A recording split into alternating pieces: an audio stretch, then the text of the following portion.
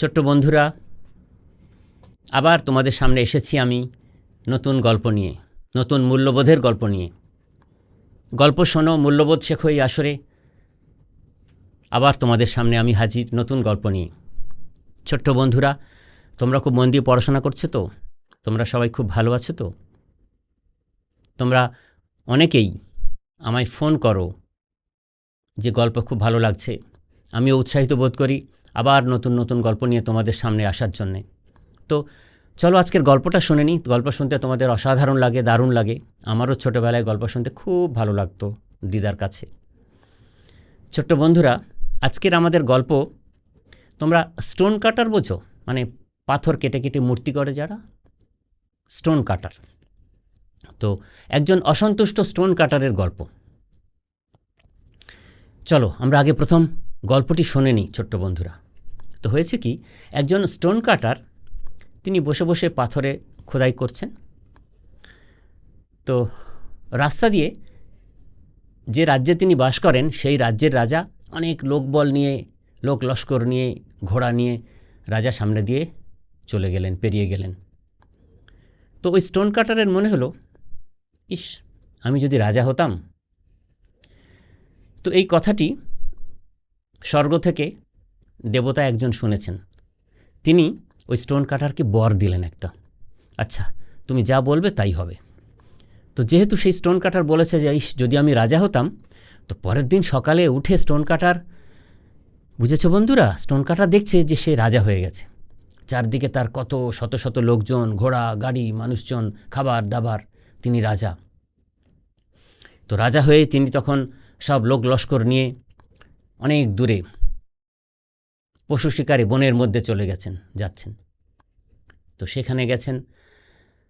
বেলা যখন অনেক বেড়েছে, তখন সূর্য মাথার ওপর, সূর্যের প্রচণ্ড তেজ। তখন তার মনে হলো, সেই স্টোন কাটার তো এখন সে রাজা, তার মনে হলো, ইস, আমি যদি সূর্য হতে পারতাম। কিন্তু ও তো জানে না যে যা বলছে তাই হয়ে যাচ্ছে। তো পরের দিন সকালে ও সূর্য হয়ে গেছে। এবার সূর্য আস্তে আস্তে ওপর দিকে উঠছে,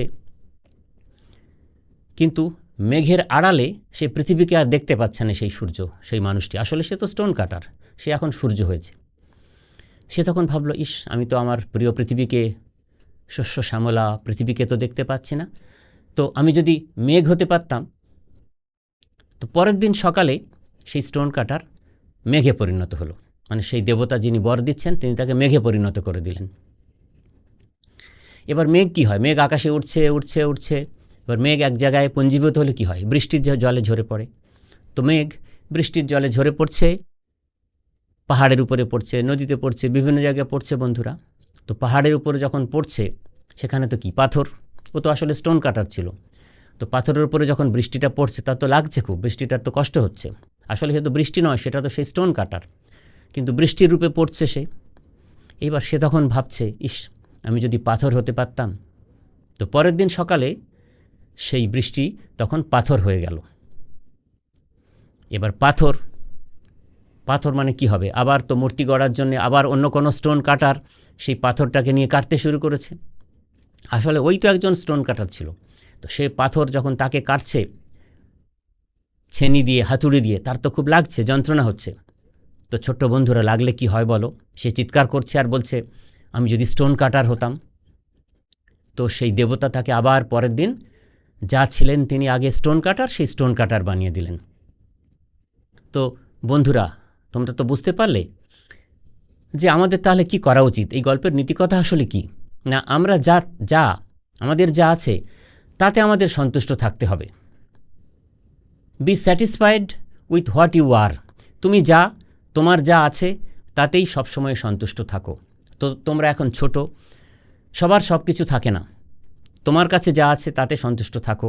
নিজেকে আরও পড়াশোনা করে অনেক উন্নতি করার চেষ্টা করো। অন্যের জিনিসের প্রতি লোভ করো না। তো এই গল্পের নীতিকথা থেকে তোমরা যেটা শিখলে, সেটা হচ্ছে যে নিজেকে নিয়ে সন্তুষ্ট থাকা, তবেই কিন্তু অনেক বড় হতে পারবে। ছোট্ট বন্ধুরা, জানো তো, তোমাদের বলি যে নিজের যা আছে তাই নিয়ে যারা সুখী থাকে না এই পৃথিবীতে, যারা আনন্দে থাকে, তারা কি উপলব্ধি করে জানো? যে গোটা পৃথিবীটা তাদের কিছুর অভাব নেই। গোটা পৃথিবীটাই তারা নিজেদের মনে করে। কেননা তারা লোভ করে না। ছোট্ট বন্ধুরা, কাল তুমি যা ছিলে তোমাকে কি করতে হবে না, আজকের তার থেকে আরও একটু ভালো হওয়ার চেষ্টা করতে হবে। প্রতিদিন এই চেষ্টাটা করে যেতে হবে। তো মনে মনে তুমি সারাক্ষণ যদি জেলাস হয়ে থাকো, ঈর্ষাপরায়ণ হয়ে থাকো, যে আমি যদি এই হতাম, আমি যদি তাই হতাম, আমার যদি এই থাকতো, আমার যদি তাই থাকতো, তাহলে এই চর্চাটা তুমি করবে কখন? নিজের প্রতি সময় দেবে কখন? সেলফ কেয়ার করবে কখন? নিজের পড়াশোনায় মনোযোগ দিয়ে উন্নতি করবে কখন? আরও ভালো রেজাল্ট কখন করবে? তাহলে সব সময় সন্তুষ্ট থাকতে হবে নিজেকে নিয়ে, নিজের যা আছে তাই নিয়ে। তুমি যা সবসময় তাতেই সন্তুষ্ট থাকো, এটাই জীবনের সবচেয়ে বড় স্বাধীনতা বন্ধুরা। ছোট্ট বন্ধুরা, এই স্টোন কাটারের গল্প তোমাদের অনুপ্রাণিত করুক। তোমরা খুব মন দিয়ে পড়াশোনা করো, জীবনে সফল হও। আবার শীঘ্রই তোমাদের সঙ্গে দেখা হবে নতুন কোনো গল্প নিয়ে মূল্যবোধের আসরে।